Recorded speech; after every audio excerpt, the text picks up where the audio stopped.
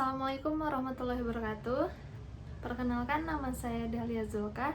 Nah, di sini kita akan membahas tentang persediaan atau yang lebih spesifik menggunakan metode perpetual dan periodik. Nah, sebelumnya persediaan itu apa? Persediaan itu barang atau aset yang dimiliki untuk dijual kembali. Nah, di sini ada dua sistem pencatatannya, ada periodik dan perpetual. Nah, apa bedanya? Kalau periodik itu harus dilakukan perhitungan fisik untuk mengetahui berapa yang terjual, berapa beban pokoknya, dan sebagainya. Nah, sedangkan kalau yang perpetual itu tidak perlu dilakukan perhitungan fisik, akan tetapi perlu di akhir periode. Jadi, untuk mengetahui beban pokok, untuk mengetahui berapa barang yang dibeli, berapa yang terjual, itu bisa langsung setiap saat karena dipakai semacam kartu stok seperti itu. Nah, untuk pencatatannya, kalau misalnya menggunakan periodik, itu pembelian persediaan dicatat ke akun pembelian, sedangkan untuk perpetual, pembelian persediaan itu dicatat ke akun persediaan seperti itu. Nah, kita langsung ke contoh soalnya. Oke, di sini kita akan membahas contoh soalnya.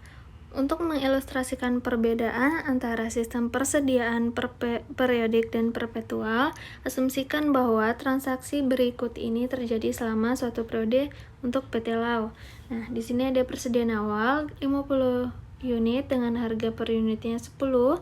Jadi totalnya 500, pembeliannya itu 300 unit dengan harga per unit 10, jadi 3.000. Penjualannya itu 275 unit dengan harga per unit 15, ini harga jual. Jadi totalnya 4.125 dan persediaan akhir atau perhitungan fisik itu ada 70 unit dengan harga 10, jadi 700. Nah, di sini ada sistem persediaan periodik dan perpetual. Nah, waktu kita ngebeli yang ini kan persediaan awal, pas kita ngebeli 300 unit dengan harga 10, kita itu ngejurnal. Kalau misalnya pakai metode periodik itu pembelian pada utang saha sebesar 3.000. Kalau perpetual itu persediaan pada utang saha sebesar 3.000. Ini kita misalkan kredit ya. Nah, kalau periodik masuknya ke pembelian, kalau perpetual ke persediaan gitu. Nah, selanjutnya ngapain nih? Kita ngejual 275 unit dengan harga jual 15. Jadi segini totalnya 4.125. Nih, kita asumsikan kredit juga, jadi piutang usaha pada penjualan sebesar 4.125.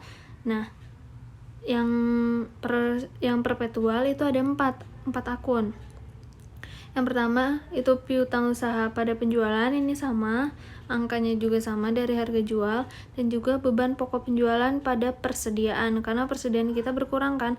Yang tadinya nih persediaan kita di debit nih 3.000, terus pas kita ngejual persediaannya itu udah kejual, kita kreditin lah sebesar berapa yang kejualnya. Kita itu ngejual 275. Ini kan harga jual, berarti kita itu harus ngaliin sama harga pas kita ngebeli nih yang 10.000, berarti 2.750 gitu. Nah, pas akhir periode kita harus ngejurnal. Nah, akhir periode itu ternyata udah dihitung fisiknya itu tinggal 70 unit dengan harga 10, jadi 700 kan. Nah, kalau yang ini masukin aja persediaan akhir 700, ini pas dihitung udah jadi 700, kita masukin. Nah, terus beban pokok penjualannya ini ada perhitungannya nanti ya. Terus pembelian yang tadinya di debit kita kreditin. Terus persediaan awal itu yang dari atas ini kita kreditin gitu. Nah, ini apa? Ini tuh jurnal kerugian nih.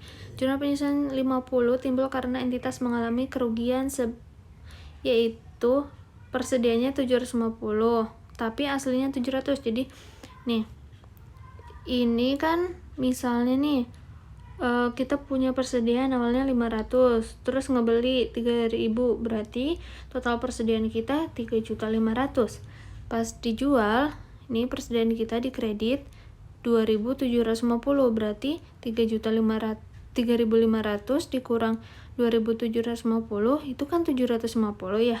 Nah, pas dicek lagi fisiknya nih pas akhir periode misalnya dicek tinggal 700, berarti rugi dong karena aslinya itu 700 tapi di catatan ada 750, berarti kita harus kurangin lagi nih 50 biar sama antara yang aslinya sama yang di catatan, berarti kita mengalami kerugian gitu. Nah, ini untuk mencari beban pokoknya nih, persediaan awalnya tadi 500, pembeliannya 3.000, jadi 3.500.000 sama kan. Terus persediaan akhirnya kalau menurut periodik yang tadi itu 700 nih, jadi beban pokok penjualannya 2.800, tinggal dikurangin aja. Terus kalau yang menurut perpetual katanya beban pokoknya itu 2.750 yang ini kan. Nah, sedangkan persediaan akhirnya itu 700. Ini menurut catatan kan 750.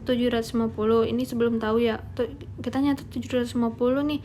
Ternyata yang asli 700. Berarti kita kurangin nih 50 biar ntar beban pokoknya jadi 2.800 gitu deh. Sekian penjelasan singkat dari saya, semoga bermanfaat. Mohon maaf apabila masih banyak kurangnya. Wassalamualaikum warahmatullahi wabarakatuh.